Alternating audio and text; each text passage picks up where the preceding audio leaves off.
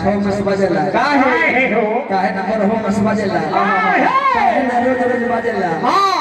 एहू के कारण बा बियाह के जतना भी नेक बा सब में कारण बा सब में कारण बा बबुआ ए जे ठेकैता के नेक होला ए जे भगवान के बंदा हमें यहां के समाज में रोल अदा करो तनी अरे खानदानी जमाइनल भी खानदानी तो धगरी ना पर बाजा लेके आवेली ओ बेरा के समय होला जब हमनी के माई जन्म लेवेली हमनी के मूर्छित जब जन्म लेके हो जाली धगरी ना अपना स्तन के दूध पियावेली आगली की आज यदि हमार बुढ़ा बा जब हमार बबुआ सियान होई है तो सबसे पहले शादी बियाह करे तो हरे बाजा बाजी एकरा बाद तबे जाके तो हिंदी चाहे इंग्लिश बाजी तेजा धगरी के नेक होला एजा कुछ नेक बनवा दिया बजाओ भैया चमारा बजाओ दुर्गा डूबे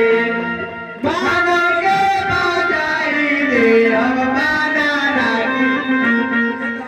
पावन छोरा पूरी दे हम पूरी नाले गाई दे तबो दाना कुटाई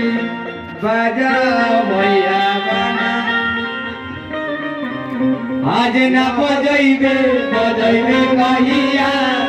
अपना मौगी से दर्शन करैबे कहिया चल रक्षाबंधन के दिन बड़ी ही सुंदर नेक है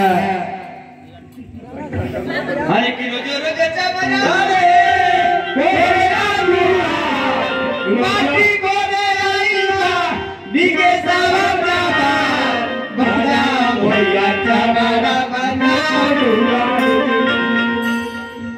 बड़ी सुंदर नेक हो माई जब आई रहे चमरा के हो जाई